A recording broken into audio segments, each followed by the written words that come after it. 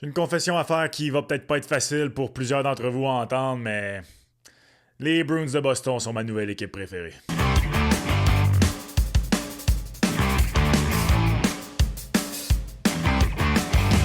What's up tout le monde, c'est ton boy Max. Les négociations entre Jeremy Swayman et les Bruins de Boston se sont encore envenimées cette semaine lorsque Cam Neely a eu la bonne idée de dire ceci en point de presse. Well, I don't want to get into the weeds with what his ask is, but I know that I have 64 million reasons why I'd be playing right now. On comprend donc que les Bruins de Boston ont déposé une offre de 64 millions de dollars à Jeremy Swayman. Je veux dire, on n'est pas cave. Probablement que la durée est maximale, donc 8 ans et 8 millions de dollars par saison. Plusieurs se disent donc que Swayman est avare d'avoir refusé l'offre. Le problème, c'est que cette offre-là, selon l'agent Jeremy Swayman, elle n'existait carrément pas et il est allé de la déclaration suivante. Normalement, je ne partage pas de déclaration et je ne discute pas de négociations dans les médias, mais dans ce cas, je sentais le besoin de défendre mon client. Lors de la conférence de presse de lundi, il y a eu une référence au montant de 64 millions de dollars. C'était la première fois que ce chiffre était discuté dans nos négociations.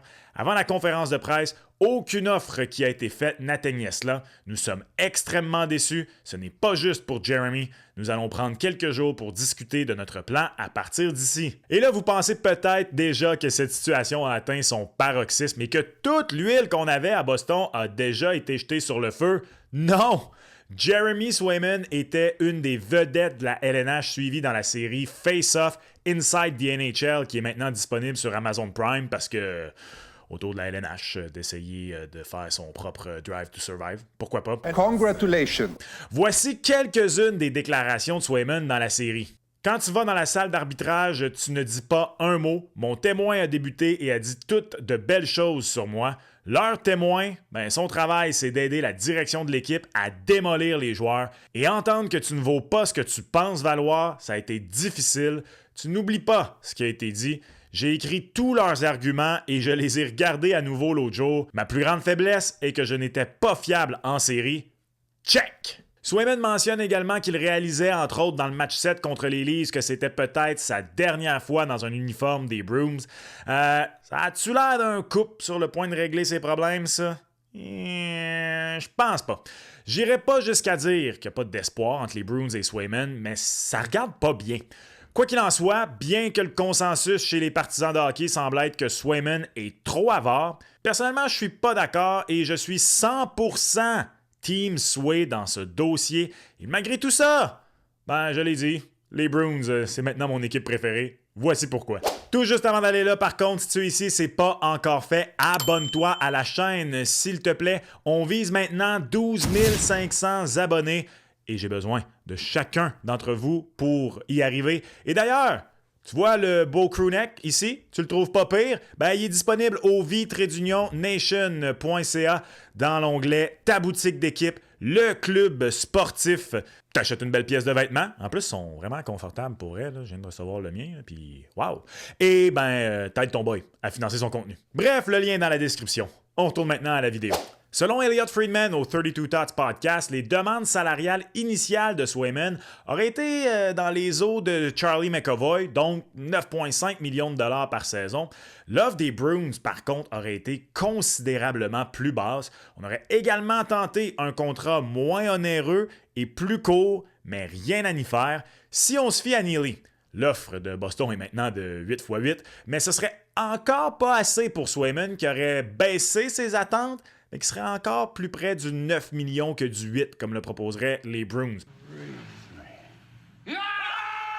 Je l'ai déjà dit, je pense que pour la durée du prochain contrat de Swayman, celui-ci risque de gagner un Vezina, peut-être même plus pour être honnête. Donc, de ce point de vue-là, ça semble vraiment raisonnable de sa part. Il y a deux problèmes par contre. Le premier, le marché. Connor Hellebuyck a signé une prolongation de contrat il y a presque un an, jour pour jour. C'était le 9 octobre 2023 avec les Jets de Winnipeg. 7 ans, 8,5 millions de dollars par saison. De un, Hellebuyck a remercié les Jets en gagnant le Vezina, carrément, en 2024. Et de deux, c'est le deuxième de sa carrière. Connor Hellebuyck avait déjà le CV bien garni.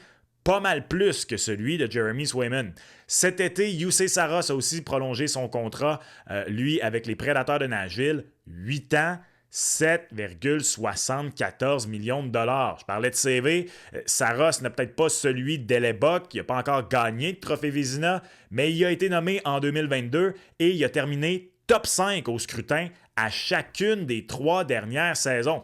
Bon, là, je vous entends, oui, mais ces deux gardiens-là sont début trentaine, c'est pas au même stade de la carrière que Swayman, c'est quelque chose qu'il faut tenir en compte. Oui, c'est tout à fait vrai. Le problème, c'est que Swayman, il y a 125 départs derrière les jambières dans la Ligue nationale de hockey et une seule saison de plus de 40 matchs, c'était celle qui vient de se terminer. Bref, même si je pense qu'il vaut l'argent qu'il demande, le problème, c'est qu'il ne l'a pas prouvé hors de tout doute. Je veux dire, le gars avec qui il partageait le filet a carrément gagné le Vézina il y a 2 ans. Donc, pourquoi je suis Team Swayman? Je suis Team Sway pour 2 raisons. 1, en tant que DG, je pense qu'identifier 3 à 4 joueurs dans un noyau puis les signer à long terme, c'est extrêmement important. Dans cette optique, pour moi, à Boston, Swayman est définitivement la 3e pièce d'importance avec David Pasternak et Charlie McAvoy. 2, vous pensez qu'il n'y en a pas assez prouvé? C'est vrai. Mon 2e argument en est un de foi et c'est très risqué, mais je préfère payer un joueur pour ce qu'il va m'offrir que d'avoir à compenser le contrat suivant et d'offrir un contrat pour service rendu.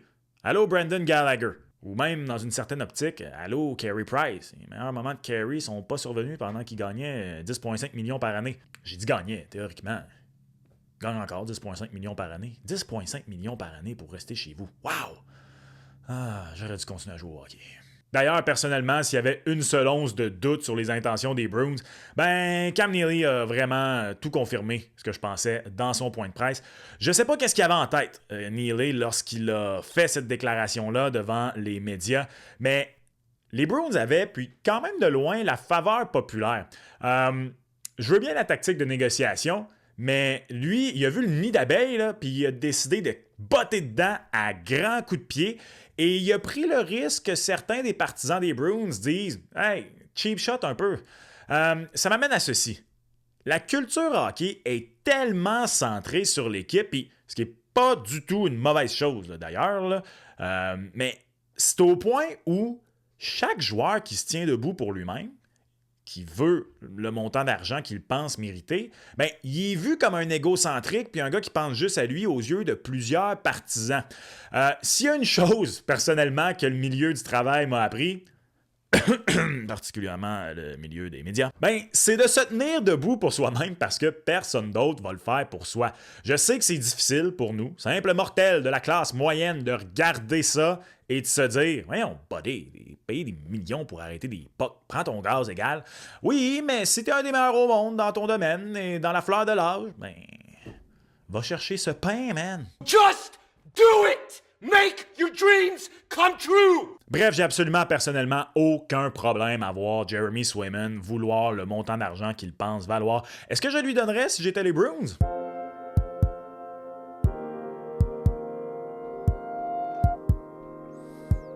Honnêtement, je pense que oui, et je pense que Joonas Korpisalo va nous le prouver dans les prochains jours. Mais là, vous vous demandez, OK, mais t'as dit que les Bruins, c'était maintenant ton équipe préférée? Oui! Yo! Quelle histoire! La LNH est beige de chez beige. C'est d'abord et avant tout du divertissement, le sport professionnel. Puis non, j'espère pas que ça va devenir la NBA ou le foot européen où là, ça bouge beaucoup trop. Tu peux même plus t'attacher à ton équipe préférée, la loyauté, quoi que ce soit. Mais des histoires de même, donnez-moi en plus, s'il vous plaît. Non, mais pour vrai, c'est certain que si t'es un fan des Bruins en ce moment, t'es en tas.